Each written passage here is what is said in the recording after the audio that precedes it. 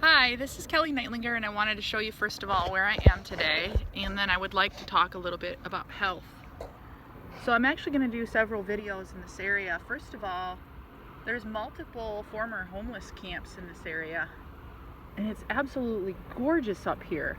And what I'm sitting on is mine tailings. This was the home of the largest mine in the world at the time. And this was the AJ or Alaska Juneau mine. And these are all mine tailings. So this was a gold mine. And they say that they only mined 90% of the gold. So I'm probably sitting on 10% gold here. So this old AJ mine was closed when the miners went off to fight in World War II and efforts were shifted away from mining and to war efforts. So just wanted to share that. It's a beautiful sunshiny day here in Alaska. And you can see I'm wearing a t-shirt. So I wanted to talk a little bit about overall health. Just trying to figure out where to kind of hold my phone so that you can see me. Sorry, I have sunglasses. I'm looking directly into the sun. I suppose I might be able to shift around here. It's just that I had a really comfortable spot. The only option about that is then you can't really see my face at all. You'll just see the view and the sun. So I think I'll opt for leaving my sunglasses on. I know I get people that complain if I have a hat or sunglasses, but I try my best. So first of all, you know, I've read some posts and I've seen some videos and some articles about selfies. And so it's a very controversial topic. And I say controversial because actually most people in the world probably are anti-selfie. And then there's some people that post selfies and take selfies and share selfies. Well, they're seen as narcissists in this world.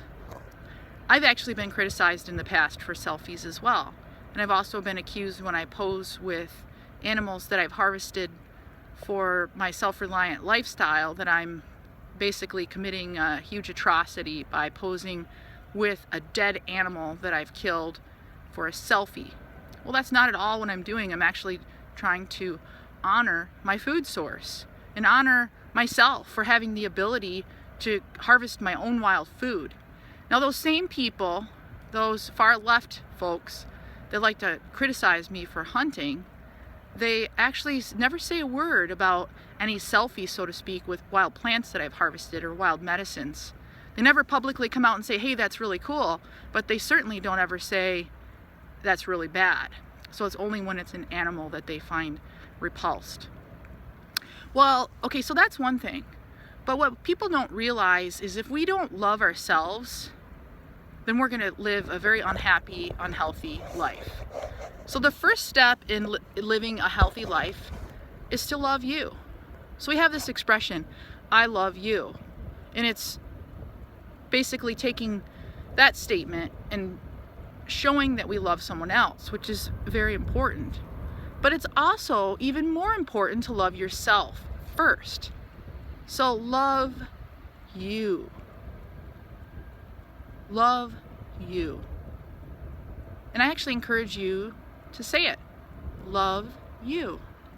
Love you for who you are, for whatever weight you are, whatever lifestyle you have, for your flaws and your positive attributes, your negatives and the times that you wake up grumpy. You have to start somewhere, and it starts with self-love. So the next time you see a selfie, don't criticize that person. They're just trying to show that they love themselves. Now, for example, I know this friend. She's in her late 40s. She used to live an unhealthy, unhappy lifestyle. And at some point along the way, she began walking. And I used to see her when I would be traveling to and fro, and she'd be walking down the road. And I used to think, wow, she has determination. She's walking every day. And then at one point in my life, I started running. And I would run past her and wave. She would never really say anything. I used to think she was kind of almost rude in a way.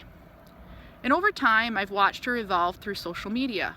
Now, she was once my neighbor, and I really never took the time to truly know her while she was my neighbor. But through Facebook, I've slowly seen her evolve.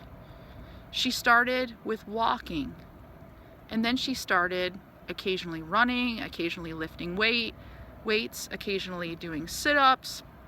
She started to slowly change her diet, and then she started, for the first time ever in her life, posting selfies. Well, we lived in a place, Michigan's Upper Peninsula, that can be similar to Appalachia. Most people are familiar with Appalachia more than they would be the Upper Peninsula. So I use that as an analogy. What do I mean by that? Well, it's a very rich place with natural resources, about 90% public land, very, very low population. And along with that, in that population, it's a very low amount of higher education. Very low. And it's also a difficult place to make a living. So the logging industry is one of the biggest employers, and also tourism. And also you have the state, local, and federal government, local government being very, very small. So the state and federal government do employ a fair number of folks. So those are primarily your economic drivers, along with public education, like Consolidated School District. It's extremely rural. For example, in the community I lived in, we had about 20 people, and most of them are retired. And most of them, their parents lived there, their grandparents lived there, and even their great-grandparents lived there. And there's 65% native population. And back in the voyageur days, they often interbred with French. So they're mostly native population, and mostly no higher education.